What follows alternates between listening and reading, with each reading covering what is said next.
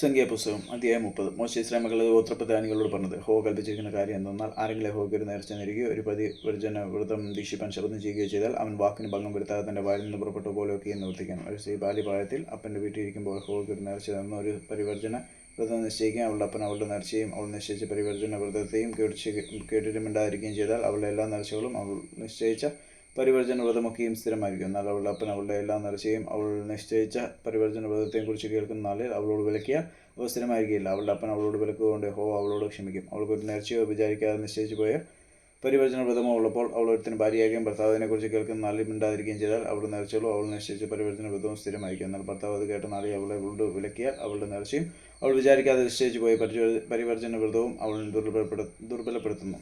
യഹോവ അവളോട് ക്ഷമിക്കും.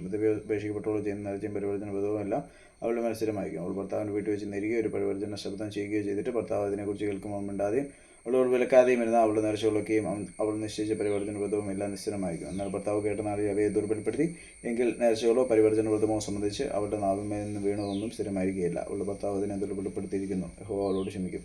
ആത്മേധവനം ചെയ്യുവാനുള്ള ഏത് നേർച്ചയും പരിവർജന ശബ്ദവും സ്ഥിരപ്പെടുത്തുവാനോ ദുർബലപ്പെടുത്തുവാനോ ഭർത്താവിന് അധികാരമുണ്ട്. എന്നാൽ ഭർത്താവ് ഒരിക്കലും ഒന്നും വേണ്ടിയില്ല എങ്കിൽ അവൻ അവളുടെ എല്ലാ നേർച്ചയും അവൾ നിശ്ചയിച്ച സകല പരിവർജന വ്രതവും സ്ഥിരപ്പെടുത്തുന്നു. കേട്ട നാളിൽ ഉണ്ടാതിരിക്കൊണ്ട് അവൻ അവയെ സ്ഥിരപ്പെടുത്തിയിരിക്കുന്നു.